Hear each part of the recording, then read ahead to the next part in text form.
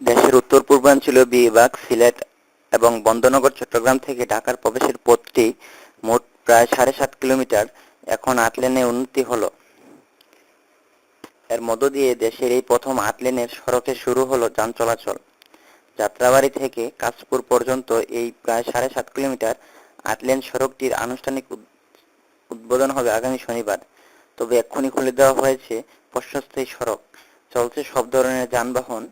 যাত্রাবাড়ী থেকে কাশপুর 8 লেন মহাসড়কটি ঢাকা চট্টগ্রাম জাতীয় মহাসড়ক এবং ঢাকা সিলেট জাতীয় মহাসড়কটি প্রবেশ বহিরাগমনের প্রধান করিডোর।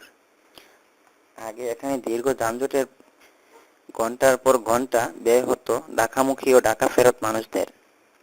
সেতু মন্ত্রণালয় জানায়, পদ্মা সেতুর লিংক রোড 4 লেনে উন্নতিকরণের কাজ শেষ হলে ঢাকা চট্টগ্রাম এবং ঢাকা সিলেট মহাসড়ক ধরে আসা যানবাহনগুলো এই 8 লেন ব্যবহার করে খুব সহজে ও অল্প সময়ে যাত্রাবাড়ী ইন্টারসেকশন হয়ে দক্ষিণাঞ্চলে যাতায়াত করতে পারবে। প্রকল্প সূত্র জানায়, মেয়র হানিফ ফ্লাইওভার নির্মাণের পর থেকে ঢাকা মহানগর থেকে যানবাহন দ্রুত যাত্রাবাড়ী থেকে কাশপুর মহাসড়কে প্রবেশ ও বহিরাগমনের জন্য এই 8 লেন প্রকল্প বিবেচনা করা হয়। পরে 2011 সালে 4 লেন থেকে 8 লেনের উন্নতিকরণ প্রকল্পটি অনুমোদন করা হয়। তবে শুরু থেকেই এ প্রকল্পে কোনো গতি ছিল না। দেরিতে হলেও এখনো সড়কটির কাজ পুরোপুরি সম্পন্ন হয়েছে। সড়ক ও সেতুমন্ত্রী ওবায়দুল কাদের এ সম্পর্কে বলেন, একটু দেরি হলেও সড়কটি চালু হয়েছে।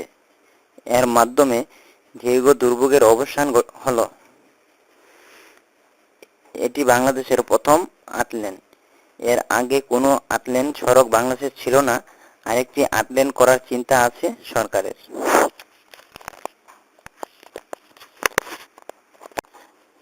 ভিডিওটি লাইক, শেয়ার ও চ্যানেলটি সাবস্ক্রাইব করুন।